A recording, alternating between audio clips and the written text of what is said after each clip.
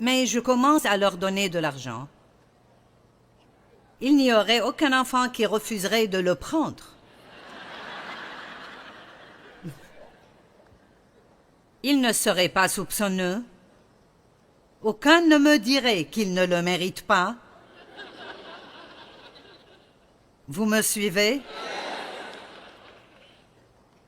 Et ils le recevraient, et je les ai vus le faire, ils le reçoivent avec joie. Amen. Et je crois que nous serions beaucoup plus enthousiastes à la vie et nous serions plus heureux si nous apprenions comment recevoir de Dieu tous les jours tout ce qu'il essaie de nous donner. Est-ce que vous m'entendez bien aujourd'hui? Oh mon Dieu, recevez la bonté de Dieu. Demandez-lui, Seigneur, sois bon envers moi aujourd'hui. Et dites-lui, je sais que je ne le mérite pas. Et voici ce qui est vraiment bien. Je ne le mérite pas, je ne pourrai jamais le mériter. Mais tu es bon. Quand Josaphat était en guerre et tous ses différents ennemis étaient contre lui, et il ne savait pas quoi faire, et il a dit ce jour-là à Dieu, « Nous ne savons pas quoi faire, et même si nous le savions, nous ne sommes pas assez forts pour le faire, mais Dieu, nos yeux sont levés vers toi. » Si vous ne savez pas quoi faire, vous devez juste connaître celui qui sait quoi faire. Et ils se sont tenus là et ils ont attendu Dieu. Et qu'est-ce que le mot attendre veut dire? Attendre avec espérance, s'attendre à ce que quelque chose de bien arrive à n'importe quel moment. Et là, Dieu a parlé, cette guerre n'est pas votre affaire mais la mienne.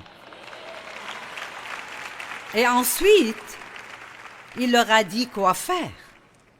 Allez, prenez position.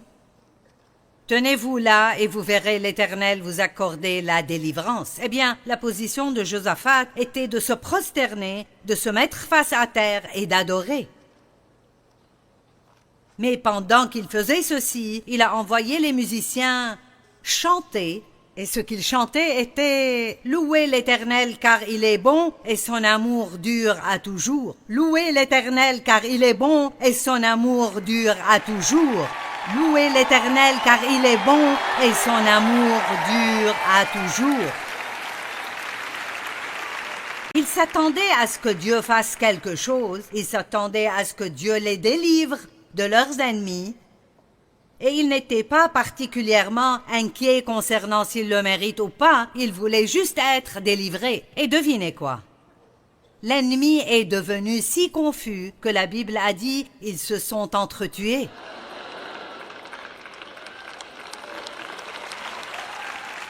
Allez, voulez-vous confondre le diable? Vous devez être heureux quand vous n'avez aucune raison de l'être. Allez et réjouissez-vous de votre vie quand vous avez un problème sur lequel Dieu travaille. Vous ne pouvez pas résoudre vos problèmes, mais Dieu peut le faire. Et quoi que soit votre problème, il travaille dessus maintenant. Alors que vous êtes là à passer du bon temps, Dieu est occupé avec votre problème.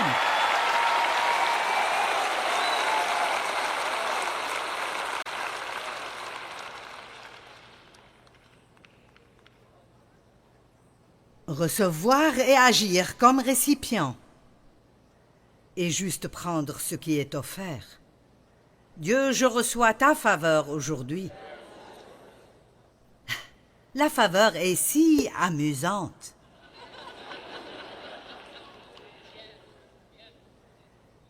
La faveur est d'obtenir la meilleure table au restaurant. La faveur est quand un vendeur que vous ne connaissez pas vous donne un coupon qui vous donne 20 $ de rabais sur vos achats. Ils n'ont pas besoin de faire ceci, mais Dieu vous disait, je vous donne la faveur. Allez! Ces choses peuvent arriver avec vous à tout moment et c'est la partie amusante de votre relation avec Dieu. Ce n'est pas juste les grands mots liturgiques que vous utilisez quand vous essayez de sembler religieux quand vous priez ou de s'assurer que vous suivez toutes les lois et les règles. Bleu.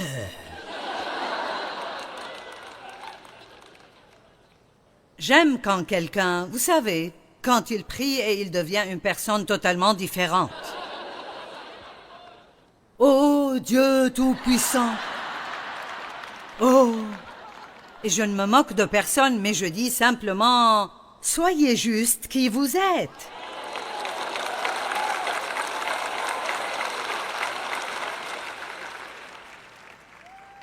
Éphésiens 2, 8 et 9 sont si merveilleux. Car c'est par la grâce, la faveur imméritée de Dieu. Que veut dire imméritée? Nous ne la méritons pas. Que vous êtes sauvés, délivrés du jugement et participants dans le salut de Christ par le moyen de votre foi. Donc c'est par la grâce. À travers la foi, la grâce donne et la foi est la main qui reçoit. Allez. Vous n'achetez rien de Dieu avec votre foi. Tout ce que Dieu fait pour nous a été acheté avec le sang de Christ. Et il nous est donné comme don gratuit qui doit être reçu par la foi en Dieu. Et ce salut ne vient pas de vous, il n'est pas votre œuvre et ne résulte pas de vos propres efforts, mais c'est un don de Dieu. Ce n'est pas le fruit d'œuvre, le fruit de l'accomplissement de la loi. Personne n'a donc de raison de se vanter. Ce n'est pas le résultat de ce que quiconque pourrait faire, et donc personne ne peut se vanter ni se donner gloire à lui-même. Maintenant, le salut est un don totalement gratuit, offert aux gens dont Dieu sait qu'ils n'ont pas la capacité de s'aider eux-mêmes, mais heureusement, il ne nous laissera pas dans cet état piteux et pathétique. Mais il a envoyé son Fils unique pour qu'il souffre et meure, et donne son sang pour notre liberté et notre salut. Et votre nom est écrit dans le livre de la vie. Et vous êtes en chemin vers le ciel, mais vous devez commencer à vous réjouir du voyage. Combien d'entre vous ont besoin de ceci aujourd'hui? C'est le moment d'entrer dans le repos de Dieu. Et dans Hébreux 4, la parole dit que les Israélites ne sont jamais entrés dans le repos de Dieu parce qu'ils n'ont jamais cru. Ils croient pendant un petit moment, puis ils abandonnent. Ils ne se souviennent pas des grandes choses que Dieu a faites pour eux et ils retournent à l'esclavage chez leurs ennemis. Ensuite, ils se repentent et Dieu leur pardonne. Ensuite, ils se retournent au même genre de stupidité qu'ils avaient avant. Et ils continuent à tourner autour de la même montagne encore et encore et encore. C'est le moment de changer. Vous devez vous reposer. Oh Dieu! J'étais un vrai désastre hier, Seigneur. J'avais une mauvaise attitude. J'ai dit des choses que je n'aurais pas dû dire. Je suis si désolée. Dieu, pardonne-moi. Je le reçois.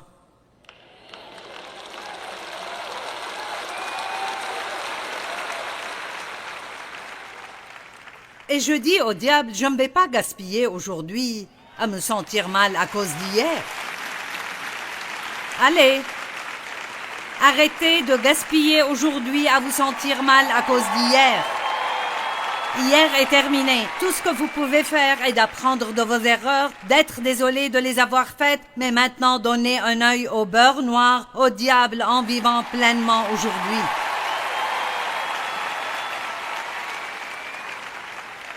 Waouh, nous nous amusons tellement. Maintenant, ceci est important. Vous ne pouvez pas donner ce que vous n'avez pas. Qu'est-ce que tu veux dire? D'accord. Si vous ne savez pas recevoir la miséricorde de Dieu, vous n'allez pas savoir donner la miséricorde à ceux qui en ont besoin. Si vous êtes dur envers vous-même, vous allez être dur envers les autres. Vous m'entendez? C'est une parole de Dieu. Si vous êtes dur envers vous-même, vous serez dur envers d'autres personnes. Jésus a dit, vous avez reçu gratuitement, donnez gratuitement. Un bon récepteur devient un bon donneur. Amen. Et vous aimez spécialement donner aux gens qui ne le méritent pas vraiment, parce que c'est une façon pour vous de leur montrer l'amour de Dieu. C'est pourquoi aimer vos ennemis est si déroutant pour eux et pour le diable. Jésus a dit, c'est facile d'aimer ceux qui vous aiment aussi, mais je vous le dis, aimez vos ennemis, aimez ceux qui ont abusé de vous, qui vous haïssent. Et si vous faites cela, ce serait comme si vous leur mettez des charbons ardents sur la tête. Et avant que vous vous réjouissiez de cela, ce n'est pas comme si vous leur faisiez une mauvaise chose. Ces charbons ardents sur la tête sont l'amour de Dieu. Jésus a dit, vous serez baptisés dans le Saint-Esprit et le feu. Et ce feu est le feu de son amour. L'amour conquiert tout. L'amour gagne toujours chaque bataille. Apprenons à recevoir de Dieu les choses qu'il donne gratuitement par la grâce. Autrement, nous passons notre vie à nous débattre et à être frustrés. Combien d'années ai-je combattu à essayer de me changer? À chaque fois que j'allais à l'église, c'était juste une autre chose à ajouter à ma longue liste de culpabilisation. Parce que j'écoutais de bons sermons, mais tout ce dont le pasteur parlait, j'avais un problème avec, quoi que soit cette chose. J'étais d'accord avec lui, je rentrais chez moi et je voulais changer. Mais j'oubliais quelque chose. Je laissais Dieu hors de l'équation. Moi, j'allais le faire. Allez, vous me suivez? Et nous ne savons pas comment nous changer parce que nous allons d'une extrême à l'autre extrême. J'écoutais le pasteur prêcher sur le fait de trop parler, de penser avant de parler, et bien sûr, j'étais coupable parce que je ne me tais vraiment jamais. Et donc, je décidais très bien, je vais être silencieuse. Je rentrais chez moi et je ne disais plus rien. Allez, est-ce que vous êtes là aujourd'hui? Et puis, Dave me dirait, qu'est-ce qui ne va pas? Oh, c'est comme ça alors. Je ne peux rien faire comme il faut. Si je parle, on n'aime pas ça. Si je ne parle pas, on n'aime pas ça. Allez, vous savez. Vous avez fait ces choses. Dieu ne vous laissera pas vous changer. Il veut que vous receviez de lui et que vous disiez « Dieu, je suis d'accord avec ça. Je suis coupable et je suis désolé et je veux changer, mais je ne peux pas changer si tu ne me changes pas. »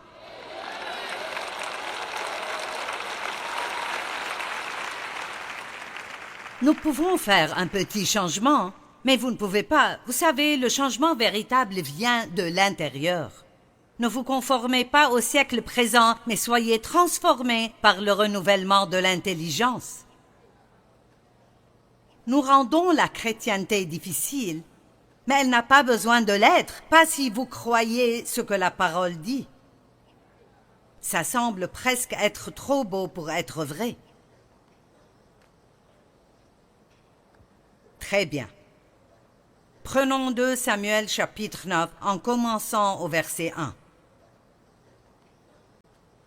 David dit, « Reste-t-il encore quelqu'un de la maison de Saül pour que je lui fasse du bien à cause de Jonathan ?» Maintenant, David et Jonathan avaient une relation d'alliance, tout comme nous avons une relation d'alliance avec Jésus. Restez avec moi. Et David a pris l'initiative et il a dit, « Reste-t-il encore quelqu'un ?» Il appelait la maison de Saül, qui est le père de Jonathan, et il parlait toujours en termes de génération. Reste-t-il encore quelqu'un de la maison de Saül ou de Jonathan pour que je lui fasse du bien à cause de Jonathan? Eh bien, ce que nous devrions dire est, « Père, il y a quelqu'un pour qui je puisse faire du bien à cause de Jésus ?»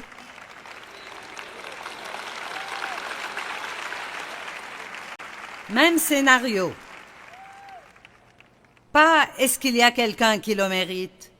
Il n'a pas dit « y a-t-il quelqu'un qui mérite ma bonté ?» Il a fait une déclaration générale. « Y a-t-il quelqu'un pour qui je pourrais être bon à cause de Jonathan ?» Si vous cherchez toujours, si vous voulez aider quelqu'un seulement s'il le mérite, vous ne comprenez pas l'essentiel. Maintenant, il y avait un serviteur de la maison de Saül nommé Tsiba, que l'on fit venir auprès de David. Le roi lui dit, « Es-tu Tsiba ?» Et il répondit, « Ton serviteur. » Le roi dit, « N'y a-t-il plus personne de la maison de Saül pour que j'use envers lui de la bonté de Dieu ?» Et Tsiba répondit au roi, « Il y a encore un fils de Jonathan, mais il est perclus des pieds. » Eh bien, qui ne l'est pas? Allez, écoutez-moi. Comprenez bien ceci. Tsiba est en train de dire, « Eh bien, il y a bien ce gars qui reste, mais tu ne voudras pas l'aider parce qu'il est perclus des pieds. Ce type a des problèmes. » Tout de suite, David lui dit, « Où est-il » Et Tsiba répondit au roi, « Il est dans la maison de Makir, fils d'Amiel, à Lodebar. » Et c'est comment les gens comme ça vivaient. Misérables. Vraiment très misérables. Misérables. Donc le roi David l'envoya chercher à Lodebar. C'est un endroit misérable. Dans la maison de Makir, fils d'Amiel, et Méphibosheth, fils de Jonathan, fils de Saül, vint auprès de David, tomba sur sa face et se prosterna. David dit, « Méphibosheth !» « À votre service, il répondit. » David lui dit, « Méphibosheth, ne crains point, car je veux te faire du bien à cause de Jonathan, ton père. Et Dieu veut vous dire aujourd'hui, si vous croyez en Jésus, il vous montrera la bonté, pas parce que vous la méritez, mais il le fera pour Jésus. » Allez, allez, allez. Je le ferai pour Jésus. Savez-vous ce que ça veut dire de prier au nom de Jésus? Ça veut dire que quand vous priez au nom de Jésus, vous présentez au Père tout ce que Jésus est. Vous ne dites pas « réponds à ma prière parce que j'ai été bon ». Vous dites « fais-le pour Jésus ». David lui dit, « Ne crains point, car je veux te faire du bien à cause de Jonathan, ton père. » Il lui dit, « Je te rendrai. » Alléluia. Dieu veut vous rendre tout ce que le diable a volé. Je te rendrai toutes les terres de Saül, ton père, et tu mangeras toujours à ma table. Mais voilà le problème. Écoutez bien. Méphibosheth se prosterna et dit, « Qu'est ton serviteur pour que tu regardes un chien mort tel que moi ?» Voici son problème.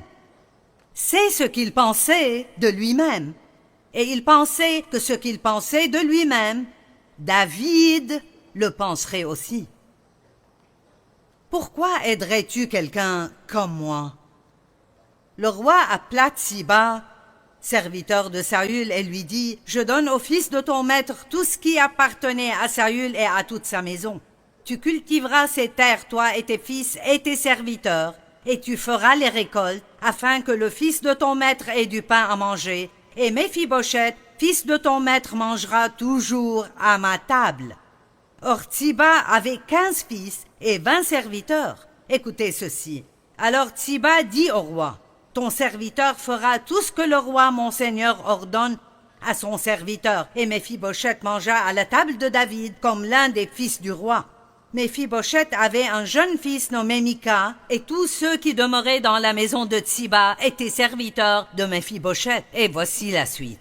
Méphibosheth habitait à Jérusalem, car il mangeait toujours à la table du roi. Il était boiteux des 2 pieds. Allez, avez-vous compris? Vous n'avez plus besoin de ramper sous une table pour ramasser les miettes qui tombent. Vous pouvez juste vous lever et vous asseoir sur votre chaise, et vous pouvez vous asseoir là comme des rois, bien que vous sachiez que vous êtes une épave et vous avez des problèmes à n'en plus finir.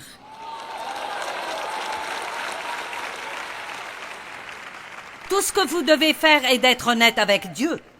Je sais que je suis un pécheur, je sais que je fais des erreurs, Seigneur. Je veux être bon, je veux faire mieux.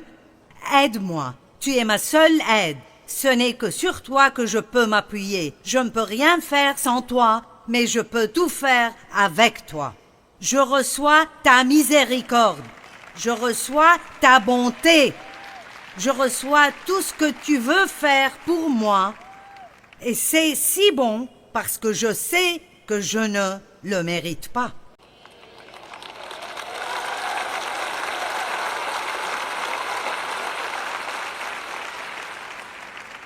Et si vous n'êtes pas heureux maintenant, je ne sais plus quoi faire pour vous.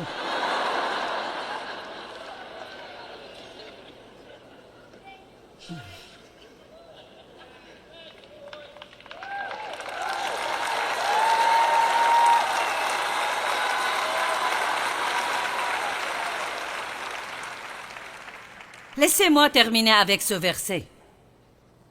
Que tout le monde se tienne debout à sa place. Romains 8, 32. Lui qui n'a point épargné son propre fils, mais qui l'a livré pour nous tous, comment ne nous donnera-t-il pas aussi toutes choses avec lui? Allez.